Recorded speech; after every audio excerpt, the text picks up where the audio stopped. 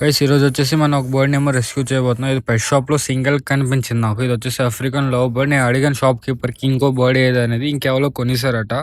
Guys మీరు కొంటే ఒక పేరుగైనా కొనండి. లేకపోతే కొనొద్దు. ఎందుకంటే ఇప్పుడు మీరు ఇది వదిలేయడం వల్ల ఇది లోన్లీ అయిపోయి దానికి హెల్త్ ఇష్యూస్ గట్టా వస్తాయి. ఇక్కడ చూసుకోవచ్చు ఎన్ని బర్డ్స్ ఉన్నాయో. ఇదేమో నేను చూసిన వెంటనే కొనేసాను. నాకు ఎంత ఒక ₹1000 అలా పడ్డది. మొత్తం ఈ కేజ్ ఇంకా ఈ బర్డ్ కలిపి. సో, మీరు నెక్స్ట్ టైమ్ ఇలాంటి గట్ల చేసినప్పుడు కేర్‌ఫుల్‌గా ఉండండి. కొంటే 2 బర్డ్స్ కొనండి. ఒకటే మాత్రం కొనొద్దు. ఎందుకంటే సింగిల్ అయిపోతాయి. మళ్ళీ దానికేమో ఇబ్బందుంటది. చూసుకొచ్చి ఇలా తీసుకెళ్తున్నాను నేను మొత్తం స్కూటీలో పెట్టేసి. ప్లస్ ఫైనల్లీ ఇంటికైతే తెచ్చాం. ఇప్పుడు నెక్స్ట్ వచ్చే పార్ట్‌లో మీకు చూపిస్తా రియాక్షన్ ఎలాగుందో ఏటో అనేది.